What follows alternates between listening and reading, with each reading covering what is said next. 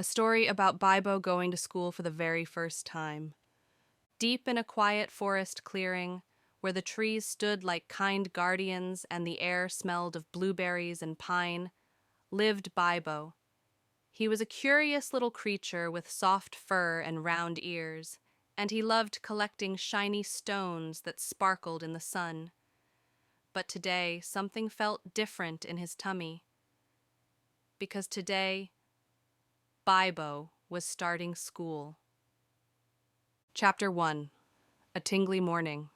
Sunlight peeked through the leaves as Bybo woke up.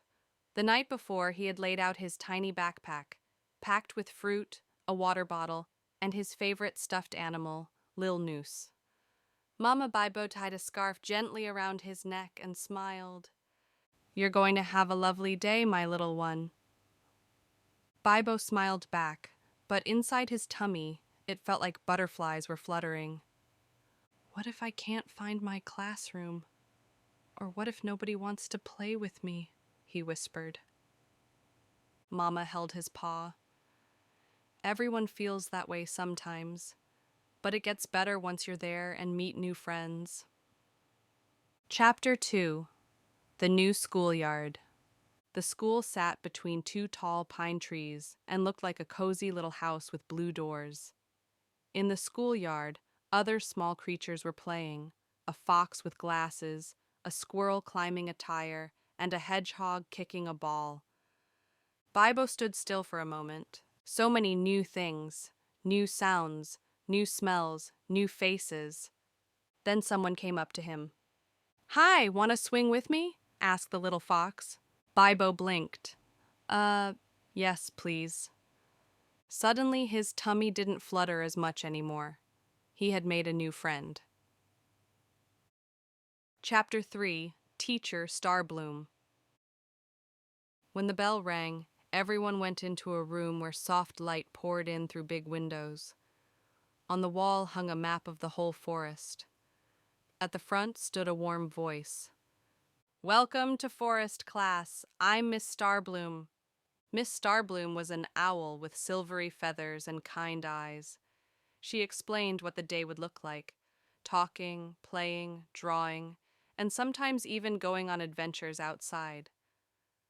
"We learn together, we help each other, and it's okay to make mistakes," she said. Bybo sat near the front and finally raised his paw. "What if I feel scared?"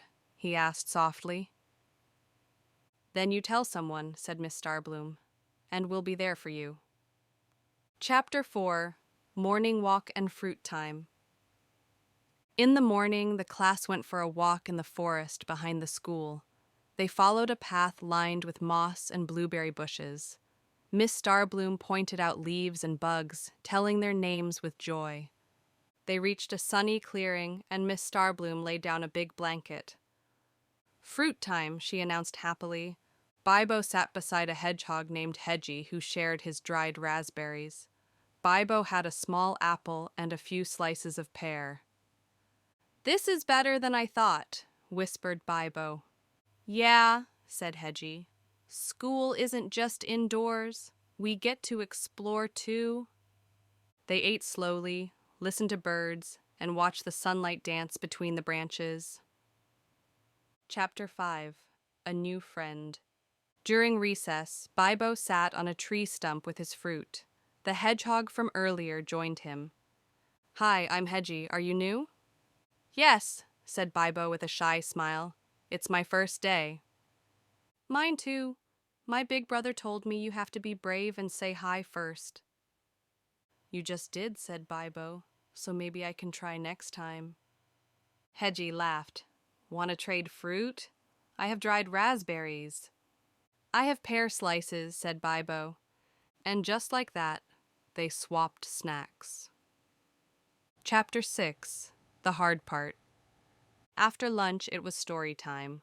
Bybo got a bit sleepy during the tale of a snail who dreamed of flying. When he woke up, he had missed the part where Miss Starbloom gave out drawing paper. I don't know what to do now," he said, a little embarrassed. Miss Starbloom smiled. "That's okay, we'll show you. It's always okay to ask." Hedgie leaned over and whispered, We're drawing our dreams. I drew you. Bybo giggled. I drew a swing. Chapter 7. Heading Home.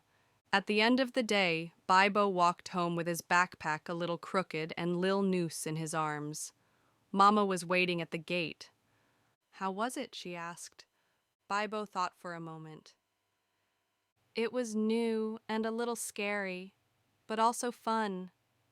I swung with a fox, drew with a hedgehog, and fell asleep during story time. Mama smiled and took his paw. Sounds like a wonderful first day of school.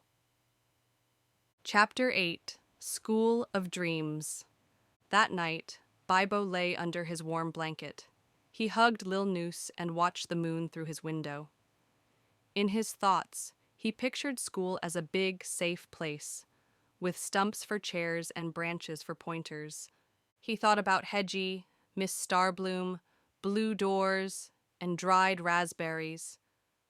Tomorrow he would go again, and maybe this time he could be the one to say hello first. Epilogue. Tomorrow, Bybo would return to school. His tummy still felt funny, but not like butterflies anymore.